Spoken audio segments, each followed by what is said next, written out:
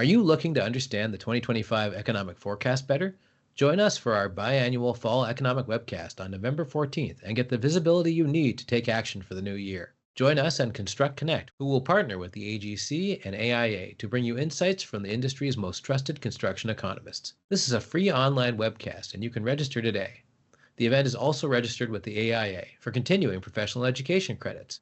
Register today at http://bit.ly/economic webcast. Again, that's http://bit.ly economic webcast, and that address will also be in the show notes.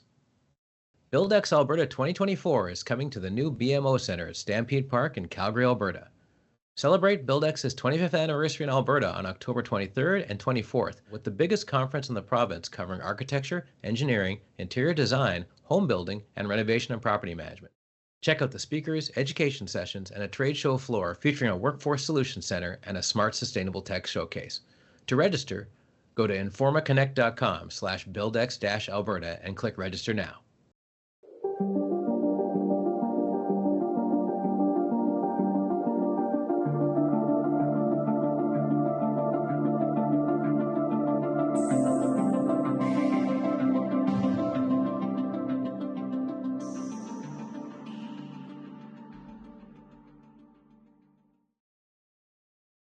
Hello and welcome to the Construction Record Podcast. I'm Digital Media Editor, Warren Frey. On this episode, I have two interviews from the 2024 ICBA Construction Innovation Summit, held on October 3rd and 4th in Vancouver, BC. My first interview is with BuildForce Canada Executive Director Bill Ferreira, who spoke at the conference about the ongoing labor shortage, how it affects the BC construction industry, and where immigration numbers are headed in the near future. I also have an interview with State of Robotics CEO and co-founder Tessa Lau, who also spoke at the conference about current and future developments in construction technology set to change the building landscape in years to come. Here's my interview with Bill, followed by my interview with Tessa.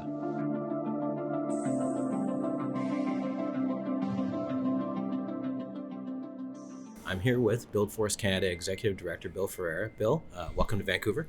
Thank you. Bill, you just gave a talk about, well, you tell me what it's about at the ICBA Innovation Summit. Well, it's a summary of some of the research that we've been doing into the next 10 years in terms of our projections for the construction industry in British Columbia. And what have you found? I know this is like about present challenges and future challenges and opportunities as well.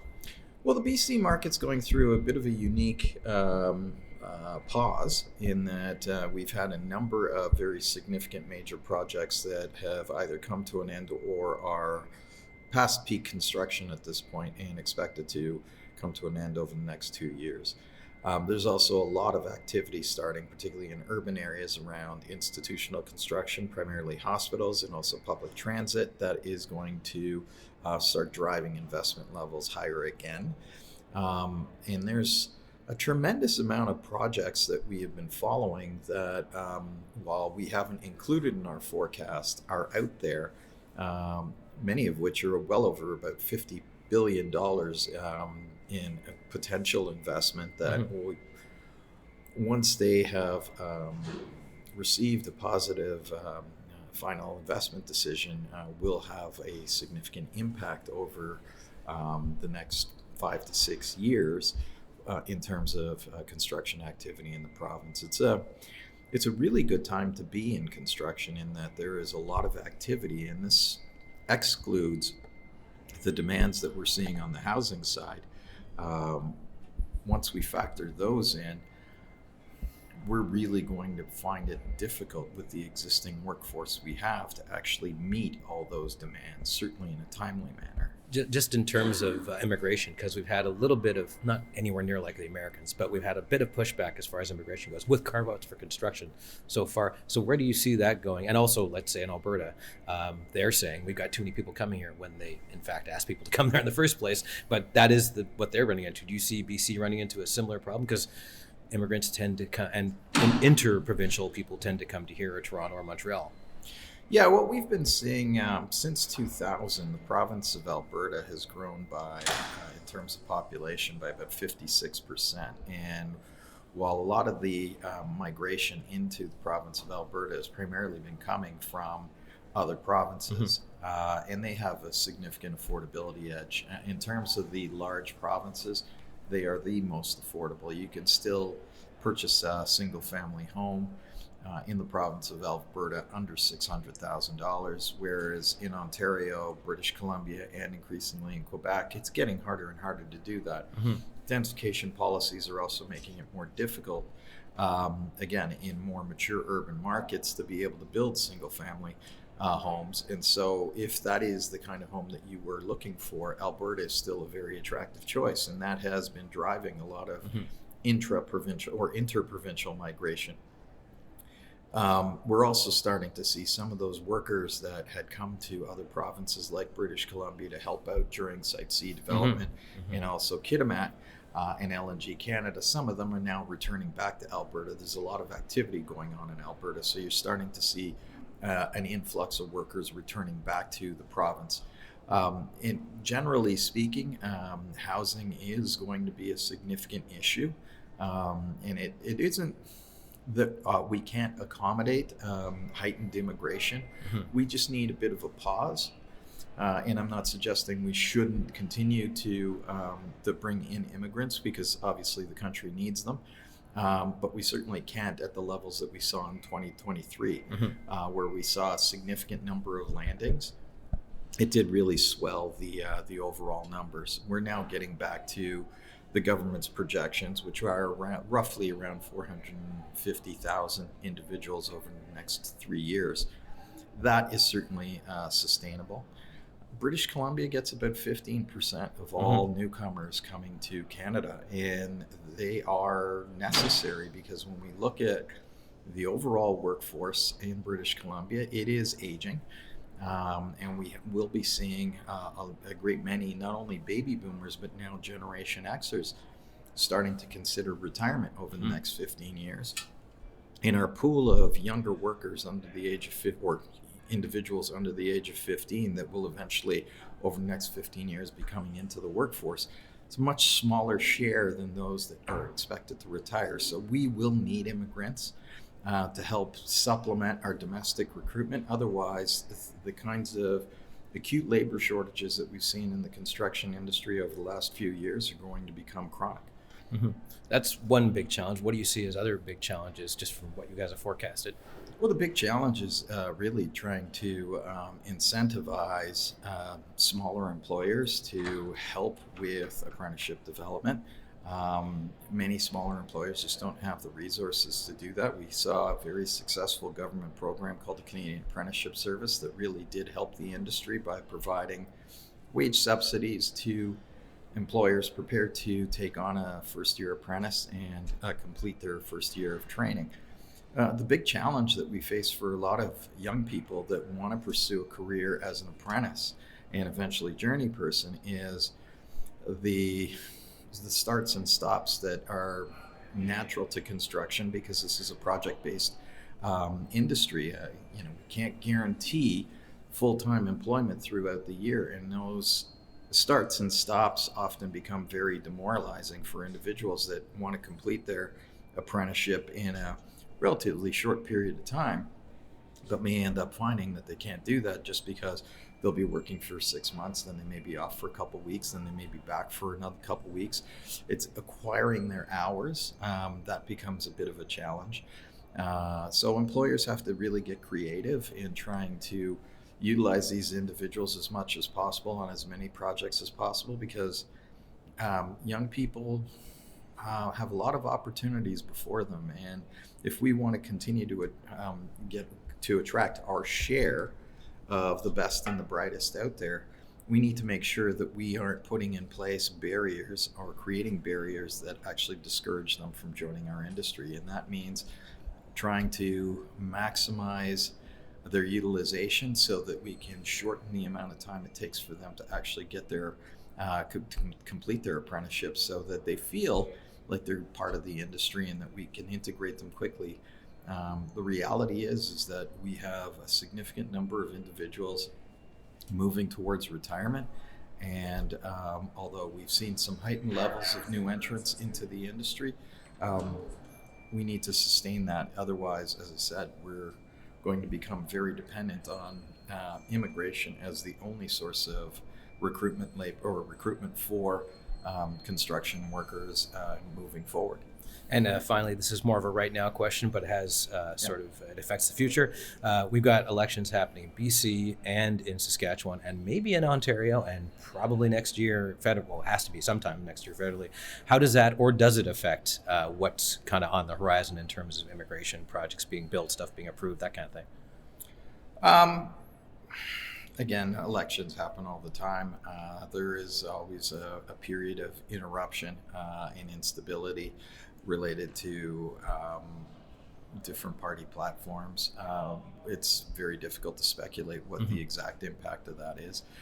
The reality is a lot of the public infrastructure investments that are going on, and we can debate whether they're adequate enough to meet the current needs. Many of them are being driven by population growth, and the provinces increasingly have more and more of a say over immigration through their provincial nominee programs. So the provinces are bringing individuals into the province directly now, and that's driving up population growth, which stimulates the demand for additional hospitals, additional schools. We just saw this in Alberta, $8.6 billion over the next 3 years for additional schooling or schools to accommodate that population growth. The reality is that elections happen, and the industry always adjusts to whatever the new government or the existing government, if it's reelected, what their particular spending priorities are. I don't anticipate, certainly on the institutional side, we're going to see a significant change regardless of political stripe of the government.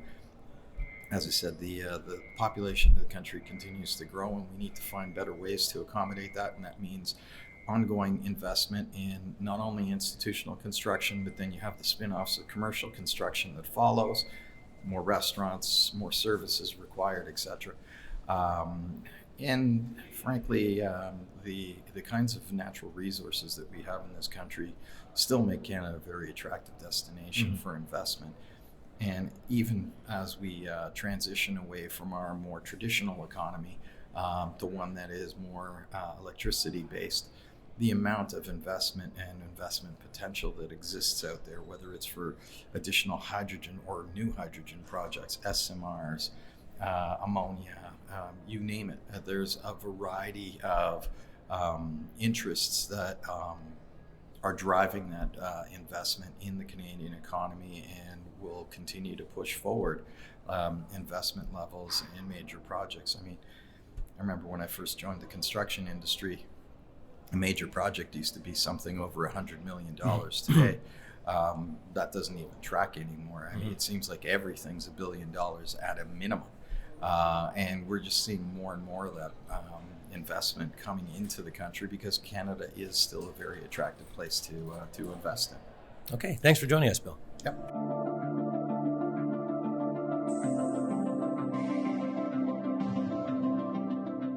I'm here with Dr. Tessa Lau, the co-founder and CEO of State of Robotics. She just gave a presentation at the ICBA Construction Summit, and maybe you could go into, just to start with, you talked about robotics, but it was more about productivity and sort of soft skills than anything else, really. Yeah. Paired with technology. So maybe you could explain, you said productivity isn't the problem, quality is, which came as a shock, because productivity is what's always talked about. Everyone talks about productivity, right? And people come to us looking for a robotic solution because they're looking to increase their productivity, and I think they're thinking about the wrong thing. I think they should be focused on quality, and that's because in order to deliver the number of buildings that we need to deliver as an industry over the next decades, we can't stop making so many mistakes because there's so much waste in the industry right now. Somewhere between 9 and 12% of the cost of every project goes towards rework. And that's a lack of quality because you're building the wrong thing. And so if you have more productivity, all it means is that you build the wrong thing faster. And that doesn't help. We need to focus on the quality issues first, and that's what's going to allow the industry to deliver the amount of buildings that it needs. Now, something that the construction industry is very familiar with is siloing, and you explained that as well, how VDC has all the designs, all the digital stuff is there, but people in the field aren't accessing it, and robotics is kind of the bridge between the two.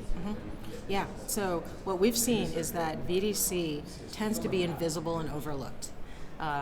In many cases, it's viewed as a cost center, right? It's like a thing that you have to do in order to win the bid. It's not viewed as a way to really drive quality on your projects. And when I talk to VDC managers, they say the same thing. They say, like, I don't know how to measure the ROI of my division. I can't justify the value of what I bring because their work is so invisible. And because it's invisible, it's not used in the field, it's not used to build, all of that investment that people are putting into VDC, it's going nowhere. And that's such a waste. But you also explain how robotics kind of takes that data and brings it to the field, because some guy's on a drill or something, he hasn't got time to look at a tablet. Exactly. And so the challenge with VDC today is that they deliver these beautiful designs that don't get used in the field. And so because robots are digital natives, they can actually use that VDC information to help improve conditions in the field. In our case, in Dusty's case, we actually use that information to print and communicate a lot of that information out to the field. In the case of other robotic systems, they use that information to know what to build where. The output of VDC is basically the instruction manual for the robots of the future. And you also explained that it's not just lines on the ground, although that is a key part of it. It's more than that. There's words that, it seems self-evident, but words communicate a lot more that helps with productivity on the site. Yeah, so words are super powerful, and I'm a huge, strong believer in written communication, because unlike verbal communication, it endures, it's hard to misinterpret, right, and it's just very concrete and very actionable. And so one of the fascinating things that we found at Dusty is that our customers have printed more than 1.6 million words on construction sites in the last 4 years. Okay. And if you think about that, that's 23 full-length novels that our customers have written. And what they're doing with those words is giving instructions to the field crews. It's telling them to what order in which to build. Do this first, then do that. It's giving them guidance on what this should look like, or how to think about this particular part of the problem. VDC is basically the look ahead. It's the planning component that allows you to see what's going to happen next on the job site and see around corners. And Dusty and Automated Layout gives those VDC teams a way to communicate all of that great knowledge that they've built up out to the field where they can actually use it. And another thing you mentioned is that having all that data in front of people, like literally on the ground, encourages safety and lack of conflict. And you pointed out that there's a lot more of that when that doesn't happen. Yeah, absolutely. So on a typical job site today, what we found is that the average contractor has 17 interactions with people from other companies, and half of those interactions involve conflict. That's a staggering statistic, because it means that the poor person who's out on that job site today, half of their time is spent dealing with fighting with other people. And it's no wonder that suicide prevention is such a hot topic in construction. In fact, I think September was National Suicide Prevention Month for construction, right? And that's a real problem. And I think a big component of that is all of this conflict.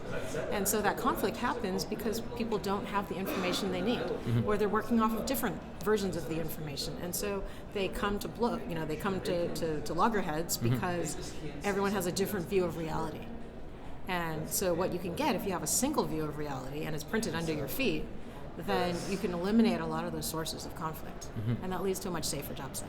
Now, I would be remiss if I didn't ask about the future of robotics, because I've got a roboticist in front of me. So what is, in terms of construction, we see stuff about, and it's impressive, 3D printing houses and that kind of thing, but what in the more immediate future, and then what further on do you see this kind of stretching out and being? Yeah, so I'm really excited about the idea that BIM-powered robots are going to start taking off, right? Because the more we invest in VDC and the more we have a detailed BIM model, the more information we have to feed to those robots. Because if you think about it, right, a robot needs instructions. It needs to know what to do. And if you don't have a good digital model, then you don't have those instructions. And so what I'm really excited about is future generations of robots that are taking that BIM model and turning parts of it into reality. So I'm really excited about, I'll just name a couple. Raise Robotics was one that I mentioned in my talk. They're actually doing automated curtain wall embed installs. And so that is if you're on the edge of the building, draped over the side, imagine how dangerous that is. And much better to get a robot to do it. And because of the model, you know exactly where that curtain wall embed needs to go. And so you can make sure that it gets done right the first time. And finally, you addressed the labor crisis, which I'm assuming is about as bad in the States as it is here, to some degree or another. If not worse. But there's also the robot's going to take my job. So, maybe you can allay those fears or explain what stuff a robot can't do, or maybe we'll be able to do in the future that it can't do right now. Yeah.